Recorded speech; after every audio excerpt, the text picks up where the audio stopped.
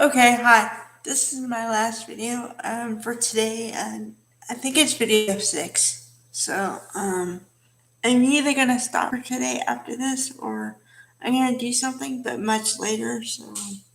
Okay.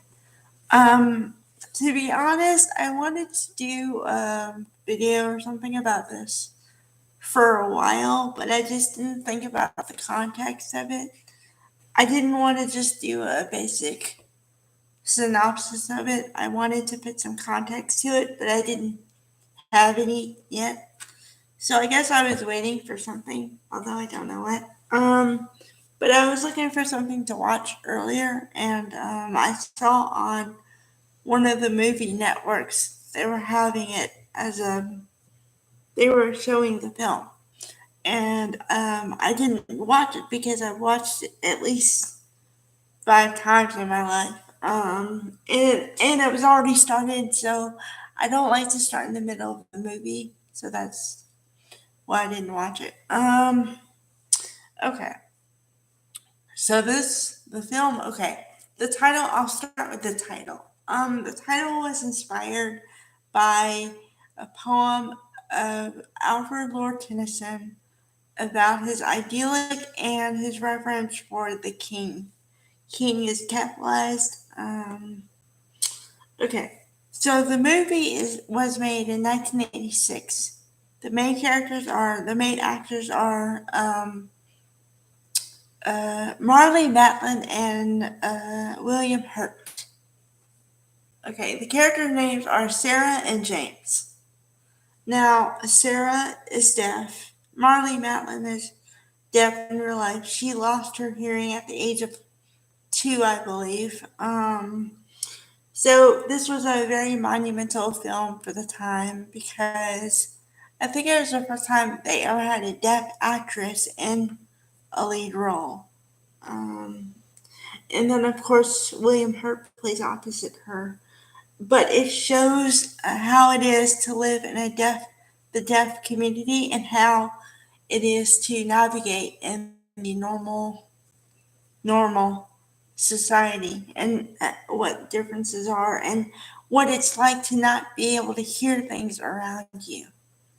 Um, so she's in the school, and they meet, and they automatically like each other, but it's not love, but they like each other.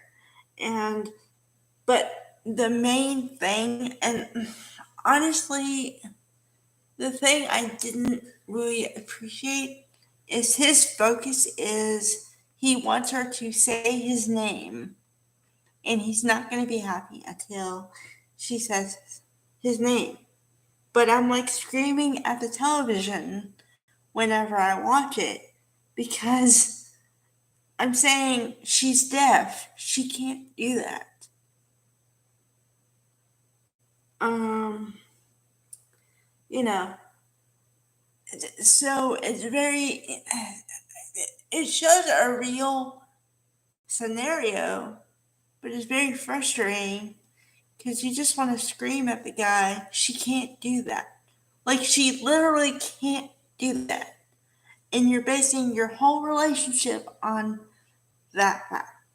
Um, so yeah, but ultimately, it works for a little bit. They do fall in love, but I think ultimately they decide it's not going to work, not because they don't love each other, just because they come from two completely different worlds. And as much as he wants to, I guess, try to help her assimilate into his world or try to assimilate in hers, they'll never actually really meet in the middle. Because not only for that, okay, you can learn sign language, you can do all that, but you can never get into the mindset of someone who's deaf who can't hear things. There's another level to it. And she can never be not deaf. She'll always be deaf. So, you know, if he wants her to be able to hear things and live in the world, then she can do it. but she has to do it in her way, not in the way that he wants her to do it. And like I said, he can't really assimilate in her life either because he can never understand what it's like to have that disability. Just like a person can never really understand what it's like to be disabled, period, because you just can't unless you live it. You can kind of do certain things to understand certain parts, but you'll never be disabled.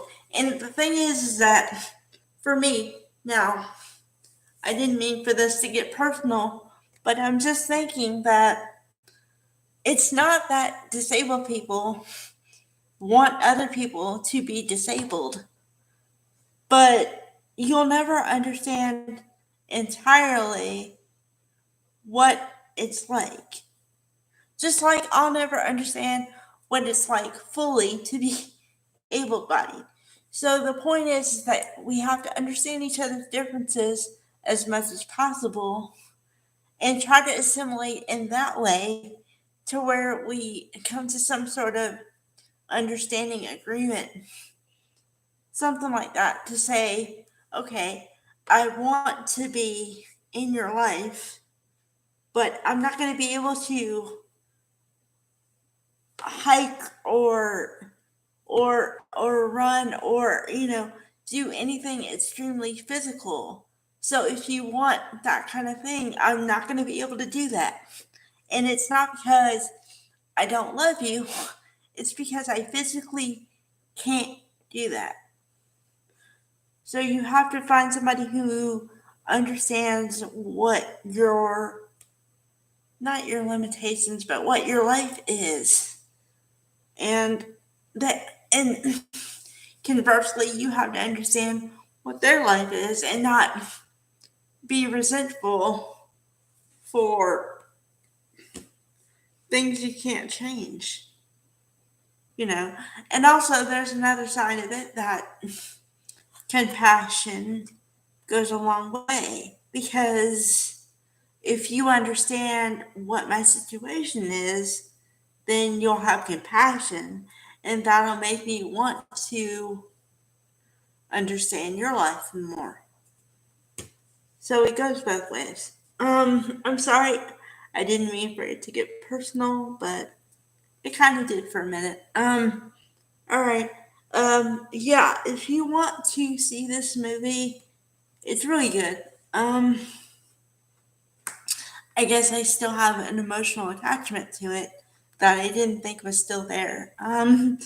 But I do say that it's a good film. I'd give it 4 or 5 stars because of just for the simple fact of the acting jobs of everyone involved, and also it does give you an accurate depiction of what it's like to live with a disability. In this case, being deaf, hearing loss. All right, guys.